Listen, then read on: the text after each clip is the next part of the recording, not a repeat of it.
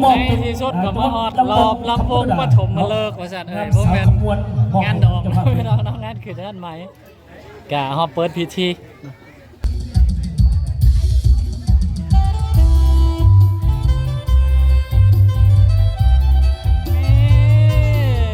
เจ้าของเฮือน แล้วก็อันทางพี่ก็เป็นเฮือนของทางอันนั้นเนาะผู้ดอยเพิ่น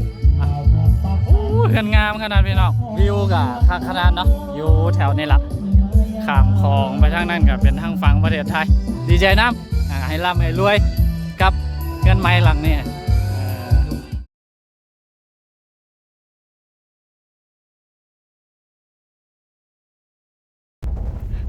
พอดีเบาลีอยากฟังเพลงเหมือนกันแล้วก็พิมพ์อันเนี้ยโอ้ย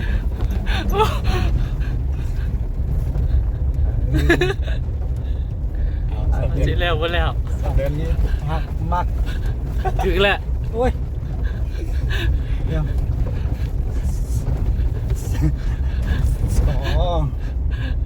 สละอาขี่รถไปพิมพ์ไปโอ้พี่น้องสุดยอดเลยมันบ่เก่งนี่เฮ็ดบ่ได้เลยเนี่ยโอ้ยนิ่งๆแม่นิ่งๆแม่นิ่งอยู่แต่รถบ่นิ่งใส่สรุปเลยนะเฮ้ยได้ละได้แต่บาทคนหาน้ำนี้เนาะฮึบออกมากูจะได้ฟังเป็นได้ความรู้สึกของการพิมพ์เพลงอยู่ทั้งรถ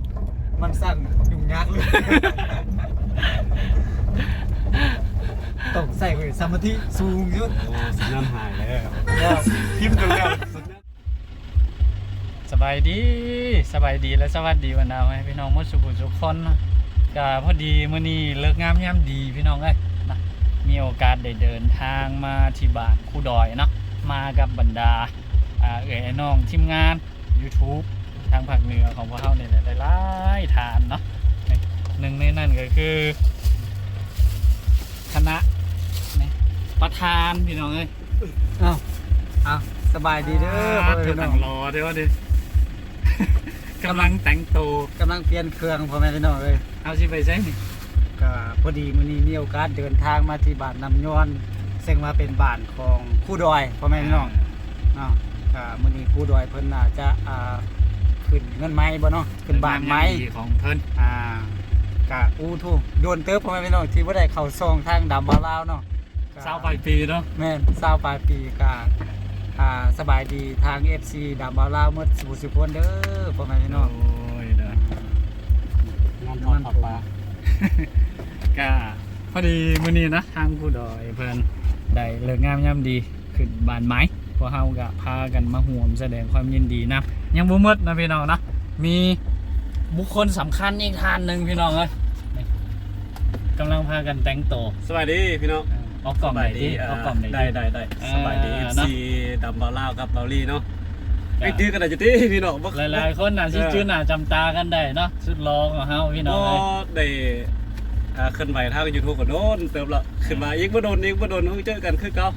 เนาะเราติดตามนะพี่น้องนะคำเว้านี่โดนแล้วนะกะพวกเฮาโดนพุ่นละพากันออกเดินทางมาตั้งแต่เมืองเผาอุดมเนาะเพื่อที่ว่าสิมาร่วมแสดงความยินดีกับทางคู่ดอยเพิ่นในการขึ้นบ้านไม้เสร็จเกินนี่คู่ดอยก็เฮ็ดนะการ์ดบัตรเชิญงานแต่งบ่แม่นงานขึ้นบ้านไม้ให้นะว่าเฮาก็พากันออกเดินทางมาก็ใช้เวลาเดินทางอยู่กะสมควรนะบาลีเนาะแม่นประมาณ 2-3 ชั่วโมงเกือบ3ชั่วโมงกะสำหรับการเดินทางเนาะบรรยากาศการเดินทางนี่ให้อยากเห็นว่าพอเฮาเดินทางมาเป็นแบบใดก็สามารถเข้าไปเบิ่งที่ทางช่องของบาลีได้พี่น้องที่แบบคักขนาดเนาะก็เดี๋ยวสิเป็นเท่าใดเฮาเข้าไปที่บรรยากาศในงานแล้วก็เดี๋ยวสิถ่ายอัปเดตให้เบิ่งเป็นระยะนะพี่น้องนะนะทุกคนเดี๋ยวพากันเข้าไปในงานอันนี้ก็คือเป็นบรรยากาศงานของเพิ่น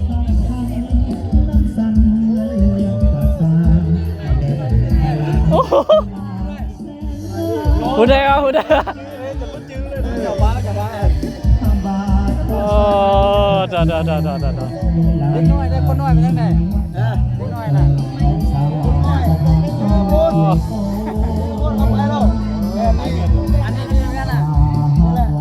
เฮือนงามอยู่พี่น้อง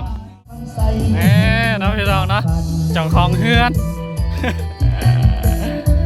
แล้วก็อันทางพี่ก็เป็นเฮือนของทางอันนั้นเนาะผู้ดอยเพิ่นเฮือนงามขนาดพี่น้องวิวก็ขนาดเนาะอยู่แถวนี้ล่ะข้ามคลองไปทางนั้นก็เป็นทางฝั่งประเทศไทย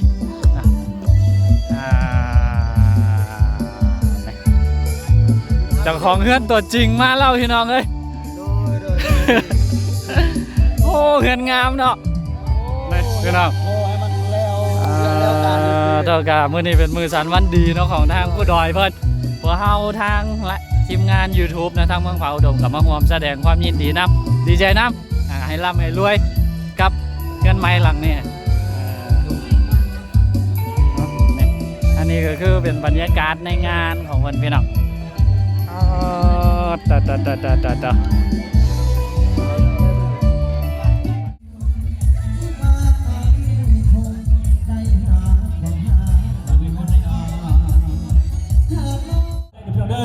แล้วทุกคนเนาะ ตรงนี้มอง ในที่สุดก็มาฮอดรอบลำวงปฐมมาเลิกว่าซั่นเอ้ยบ่แม่นงานดอกนะพี่น้องงานคือเดือนใหม่กะฮอดเปิดพิธี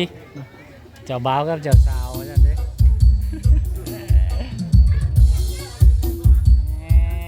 พี่น้องโอ้คือดอยนี่ฟ้อนงามเลยพี่น้องเอ้ย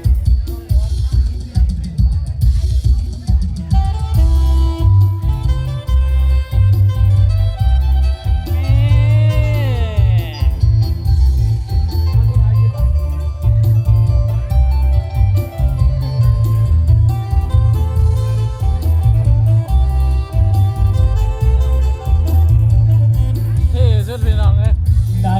พบเดือนวลสาวขบวนถูกงานโสภานั่งรถจากจำปาวังมาผู้สากาไว้ก็โอเคนะทุกคนเนาะอันนี้ก็เป็นมือไม้เนาะก็สบายดียามเช้าอีกดื่มบาทหนึ่งนะพี่น้องเนาะเมื่อวานนี่ก็